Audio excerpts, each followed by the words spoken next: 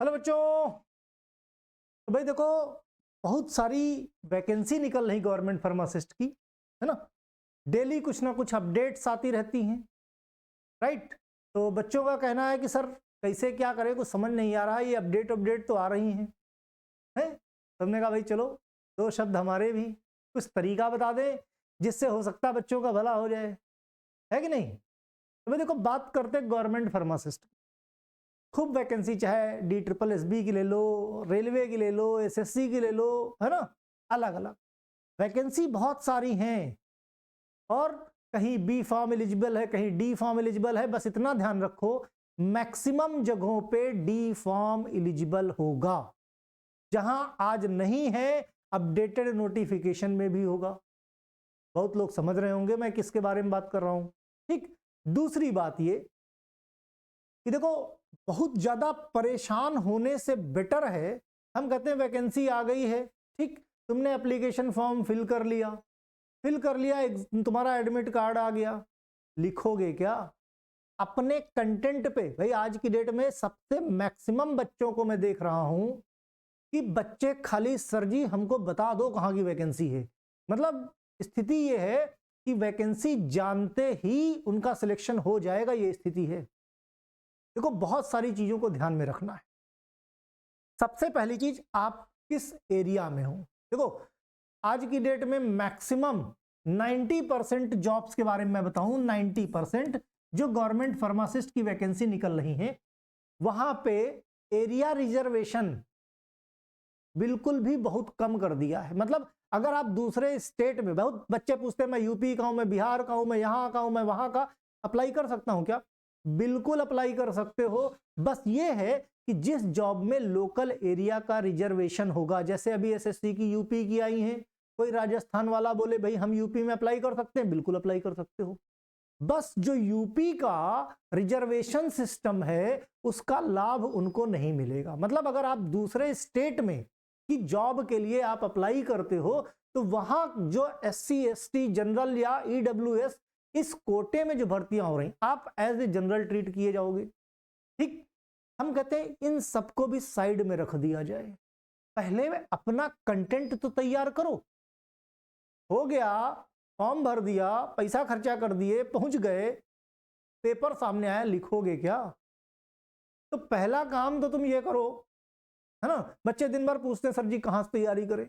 एक तो मैंने 10 से 11 बजे का अपना मोबाइल नंबर दे दिया कि भाई 10 से 11 बजे तक मुझे फोन कर सकते हो।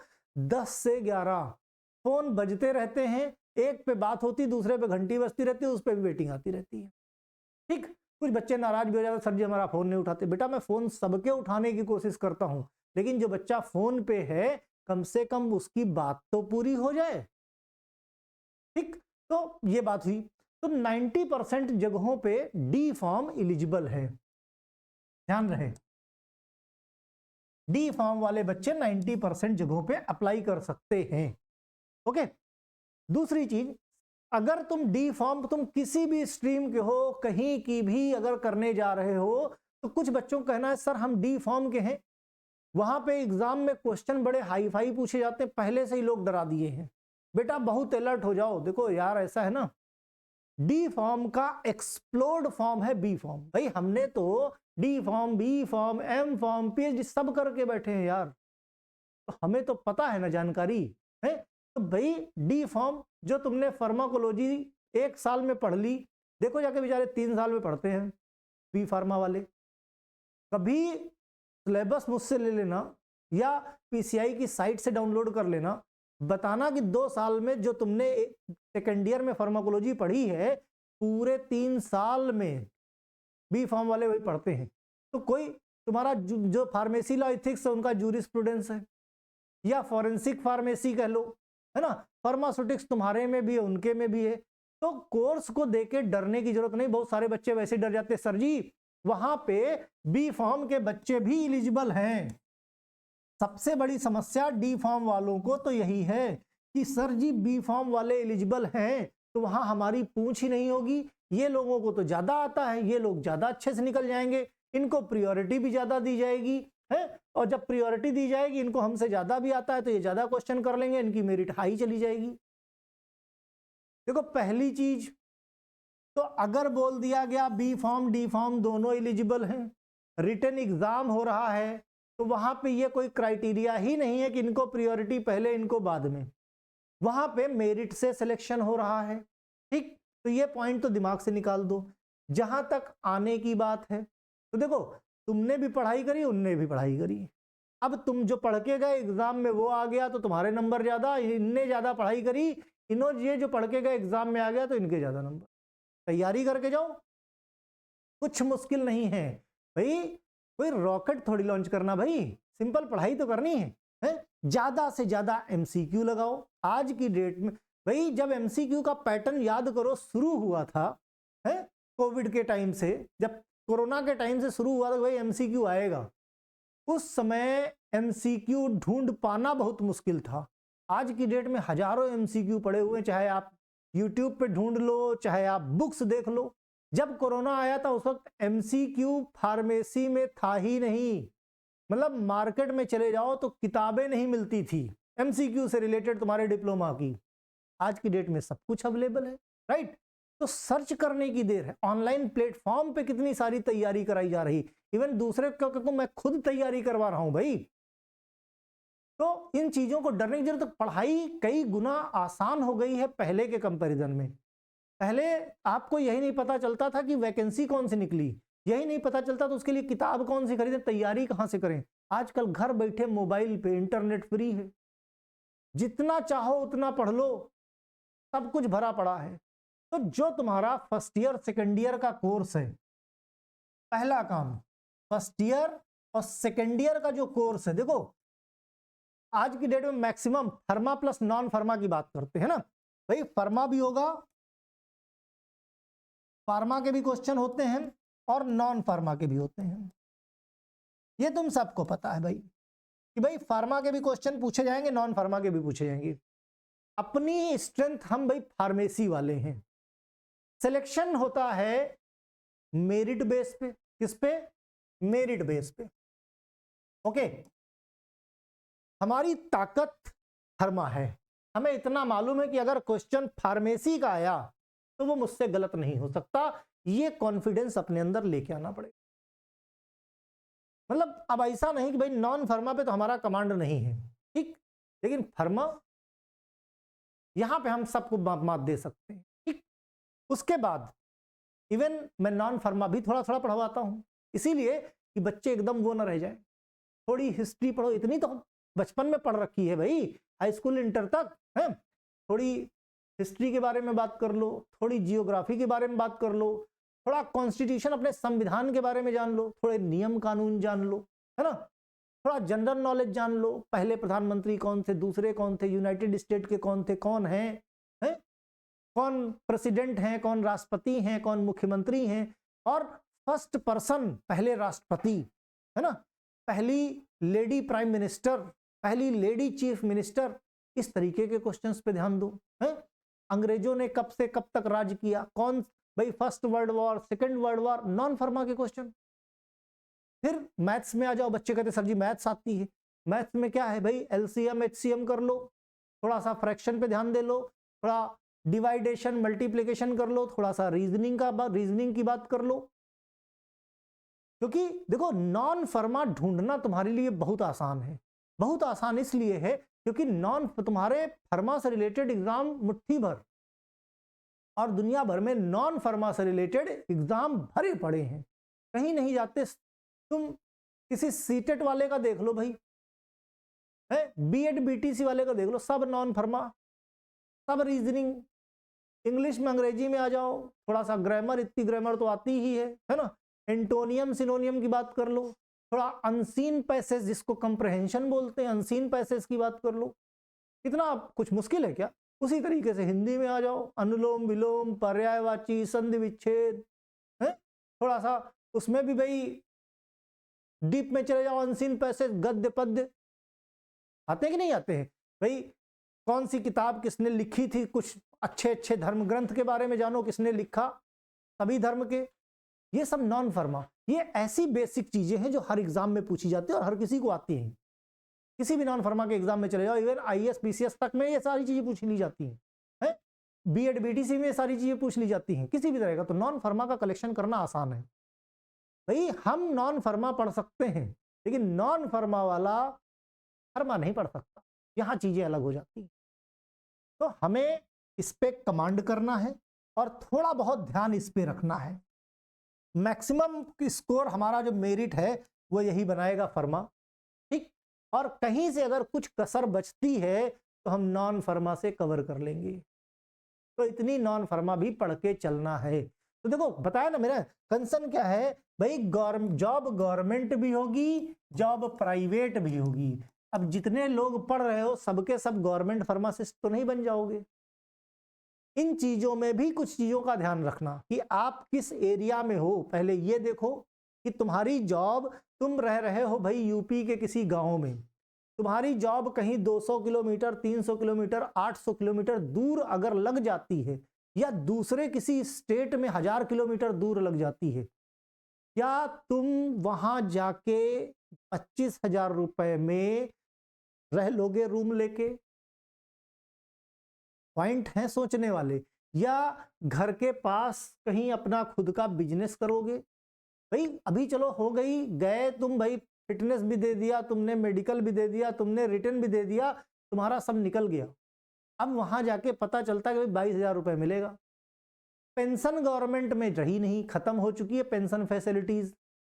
इंक्रीमेंट भी बहुत अच्छे नहीं लग रहे हैं, खाली नाम जरूर है भाई गवर्नमेंट का, लेकिन जो गवर्नमेंट का चार्म हुआ करता था एक टाइम पे, वो अब बात कम है थोड़ी, है ना।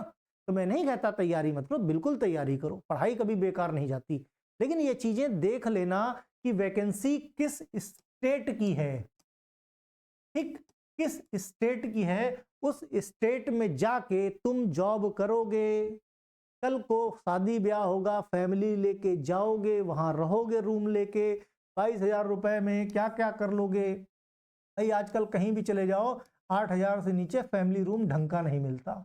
बच्चों को पढ़ाओगे कैसे, पढ़ाओगे 22,000 रुपए में कैसे खर्चे चलाओगे? ये वो बेसिक चीजें हैं जो ध्यान में रखनी पड़ेंगी। वो कहते ना हाइड है ये चीजें जो हम नहीं सोचते, इनको भी सोचना है तैयारी के साथ साथ। तो सैलरी पैकेज अच्छा होना चाहिए तभी ज्वाइन करना। दूसरी बात ये कि जॉब तुम्हारी कॉन्ट्रैक्ट बेस पे ना हो, इस सबसे बेसिक चीज भाई। कॉन्ट्रैक्ट कर लिया तुमने 5 साल, अब 5 साल के बाद जिसने आज तुम्हारी भर्ती करी, 5 साल बाद उसके पास कॉन्ट्रैक्ट है कि नहीं है, ये चीजें भी देखना। नहीं तो ये बताओ, अभी तुम्हारे अंदर लगन है, तुम कोई बिजनेस भी स्टेब्लिश कर सकते हो, दूसरी कोई जॉब भी कर सकते हो, लेकिन अगर 5 साल 10 साल तुमने कहीं जॉब कर ली, फिर उसने बोला भैया हमारा टेंडर खत्म है, अब जाओ दूसरी जॉब ढूंढ लो, तो जीवन में हर उम्र में नई शुरुआत नहीं की जा सकती भाई। हमेशा नई शुरुआत करते रहोगे क्या ये पॉसिबल है?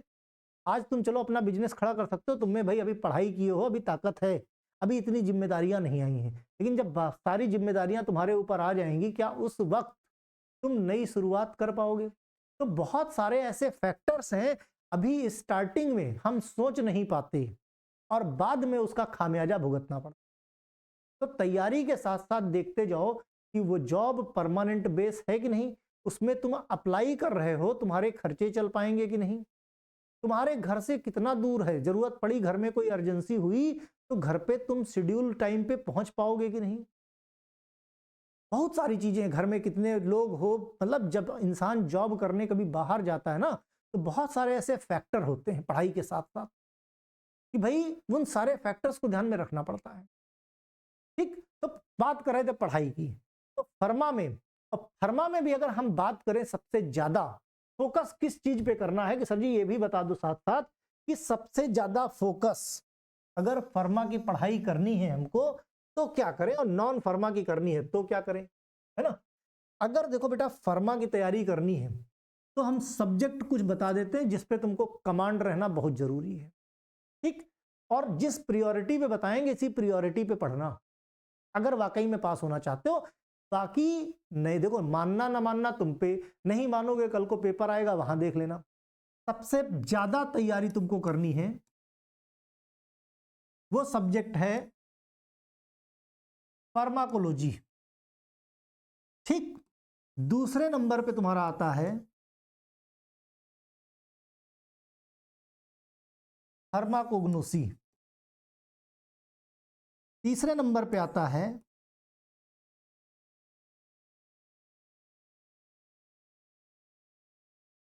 फार्मास्यूटिक्स। चौथे नंबर पे आता है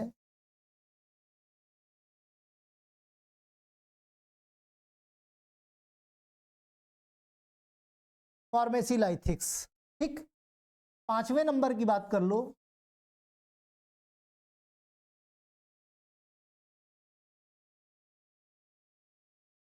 कम्युनिटी फार्मेसी। ठीक, छठवें नंबर की अगर बात कर लो hospital and clinical pharmacy.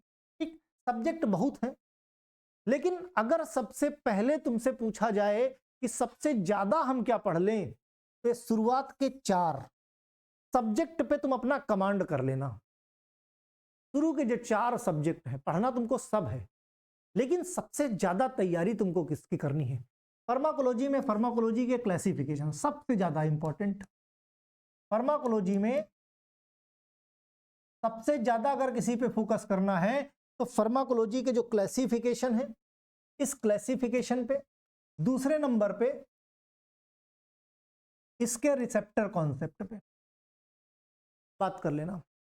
Pharmacognosy की बात की जाए तो तुमने जो यूनिट 5 पढ़ी है, यूनिट नंबर 5 डी फॉर्म में यूनिट 5, और अगर बी फॉर्म की बात करें तो ड्रग के बायोलॉजिकल सोर्स, केमिकल कंस्टिट्यूएंट, उनकी फैमिली और मेडिसिनल यूज। मेडिसिनल यूज है ना, पूरी फार्माकोग्नोसी में मैक्सिमम यही है। बाकी केमिकल कंस्टिट्यूएंट की जब बात की जाती है तो इसमें एल्कलॉइड की भी बात करेंगे, वोलाटाइल ऑयल की भी बात करेंगे, ग्लाइकोसाइड्स की बात करेंगे, उनके आइडेंटिफिकेशन टेस्ट की भी बात करेंगे। ये चीजें ध्यान रखना। ठीक, ये बेसिक चीजें बता रहा हूं। फार्मास्यूटिक्स की बात करें अगर, तो फार्मास्यूटिक्स में यूनिट नंबर 4, यूनिट नंबर 5 और लास्ट में एनडीडीएस और पहली वाली यूनिट, मतलब पूरी फार्मास्यूटिक्स पढ़नी है। लेकिन अगर ब्रीफ में कोई कह दे तो इन पे सबसे ज्यादा ध्यान देना है। फार्मेसी लॉ एथिक्स में डीएनसी एक्ट भरा पड़ा है। डीएनसी एक्ट की थारो स्टडी करो, सारे शेड्यूल के बारे में जानो, उन शेड्यूल से किस चीज के लिए भाई हमको नारकोटिक्स बेचना है तो कौन से शेड्यूल के अंडर में बेचेंगे दवाएं, दूसरा उसके लिए एप्लीकेशन अप्लाई करने हैं तो कौन से नंबर के फॉर्म में, किस नंबर का किस सेक्शन में हमको मिलेगा, है ना। अगर हमको C1 C2 या शेड्यूल सी की ड्रग्स अगर हमको बेचनी है, हमको बायोलॉजिकल प्रोडक्ट के लिए अगर हमें ब्लड बैंक खोलना है तो उसके लिए हमको कौन सा लाइसेंस लेना पड़ेगा। ये जो बेसिक चीजें हैं ना, इनका ध्यान रखना। ये चीजें अगर किसी एग्जाम में इंटरव्यू भी हुआ तो वहां पे भी तुम्हारी मदद बहुत करेंगे, राइट। इस तरीके से अगर तुम अपनी स्टडी प्लान करते हो बेसिकली, है ना, तो काफी हद तक तुम्हें फायदा मिलेगा। करके देखना, या कभी किसी समझदार इंसान से पूछ के देखना कि भाई किसी सर ने बताया कि इस तरीके से करो, क्या सही है? ऐसे रफली पूछ के देखना, कि या उनसे पूछना सर जी हमको तैयारी करनी, बता दो एग्जैक्ट पैटर्न कैसे तैयारी करें कि निकल जाए। तो देखो कितना टैली करता है। लेकिन ये जरूर देख लेना कि सामने वाला तुमको बताने लायक है कि नहीं, उसके पास इतना एक्सपीरियंस है कि नहीं, है ना। अब किसी से भी पूछ लो तो तुम्हें मजा नहीं आएगा, ठीक, क्योंकि कॉलेज में किसी टीचर से पूछ लिया, आजकल कॉलेज के टीचर्स भी ऐसे हो गए हैं, बी फॉर्म पास किए, चलो भाई आ जाओ टीचर हो गए, है ना। पता लगा उनको डी फॉर्म के बहुत सारे बच्चे ऐसे बताते हैं हमारे यहाँ सर सब्जेक्ट के स्पेलिंग नहीं पता टीचर्स को। मानता नहीं हूं मैं कि इस लेवल का होगा कहीं भी, लेकिन फिर भी बच्चों ने कहा है तो कुछ लेवल तक इस तरह से तैयारी करो। फार्मा की, नॉन फार्मा की अगर हम बात करें, नॉन फार्मा की अगर हम बात करें तो नॉन फार्मा में ध्यान रखो, नॉन फार्मा में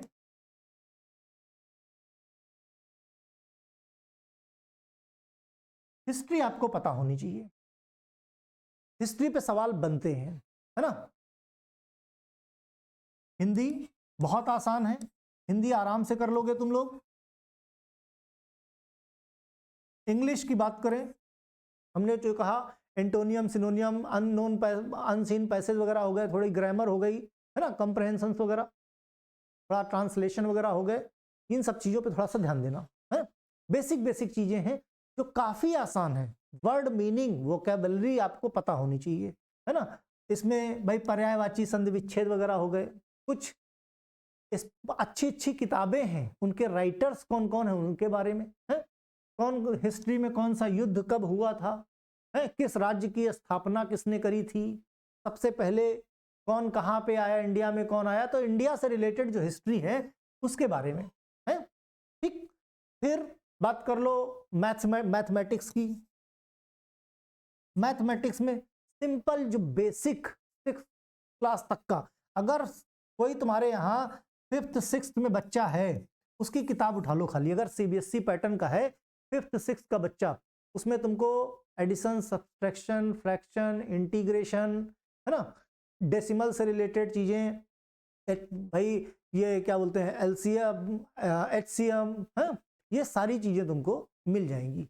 तो नहीं है, थोड़ा सा रीजनिंग पॉइंट भी अपने स्ट्रांग रखना। ठीक, मैथ्स की बात हो गई। इसी तरीके से थोड़ा सा भाई फर्स्ट मिस वर्ल्ड कौन था, सेकंड मिस वर्ल्ड कौन था, सबसे पहले चांद पे कौन गया, सबसे पहली है ना लेडी मुख्यमंत्री चीफ मिनिस्टर कौन थी, है, सबसे पहली प्राइम मिनिस्टर कौन थी, इन सब चीजों, मतलब इस तरीके के क्वेश्चंस होते हैं। इस तरह से बहुत सारा है, मतलब कहने का मतलब ये सारी चीजें देखने के बाद लग रहा होगा कि हाँ हम कर सकते। एक कॉन्फिडेंस लेवल अपने अंदर लेके आओ, तुम कर सकते हो, कुछ बड़ी चीज नहीं है, लेकिन सारे फैक्टर को ध्यान में रखना, क्योंकि बताता है फार्मासिस्ट खाली आंख बंद करके फार्मासिस्ट बनने जाना है, ये मोटो नहीं होना चाहिए। सारे फैक्टर्स को ध्यान में रखो, इसी तरीके से तैयारी करो, पक्का कामयाबी मिलेगी अगर वाकई में इन चीजों को मानते हो। तुम कोई किताब भी उठा लोगे ना, तो तुमको बताता हूं, किताबों में जब कोई किताब लेना तो बस एक चीज ध्यान रखना, किताबों में आंसर बहुत गलत होते हैं। मैं किसी एक किताब का नाम नहीं लेता, किसी भी किताब में, तो एक बार आंसर जरूर वेरीफाई कर लेना, उसके बाद उस पर ट्रस्ट करना, ये चीज थोड़ा ध्यान रखना, है ना। भाई आंख बंद कर मान लिया तुमने कोई क्वेश्चन लगाया एमसीक्यू में, उसके आंसर देखा भाई पीछे से, अच्छा इसका ये जवाब है, ठीक है, तुमने नोट डाउन कर लिया, तुमने रट लिया, तुम्हारे एग्जाम में वही आ गया, एक एक नंबर से सिलेक्शन रुक जाता है। तो ये चीजें थोड़ा सा ध्यान रखो। ओके, पढ़ते रहो, समय समय पे जो भी अपडेट्स हैं, डेली अपडेट्स आती हैं, डेली तुम लोग चेक कर सकते हो। अगर किसी वैकेंसी के बारे में स्पेशली कोई वाकई में बढ़िया आएगी तो अपडेट मैं भी दूंगा, है ना। आज की डेट में देखो खाली नोटिफिकेशन आ रहे हैं, जैसे ही एग्जाम की डेट आएगी फॉर्म ओपन हो जाएगा, मैं नोटिफिकेशन खुद ही आपको एक्सप्लेन करके बता दूंगा। लेकिन फिलहाल के लिए जो पढ़ रहे हो या जो पढ़ चुके हो, इस पैटर्न पे धीरे धीरे करके तैयारी शुरू कर दो।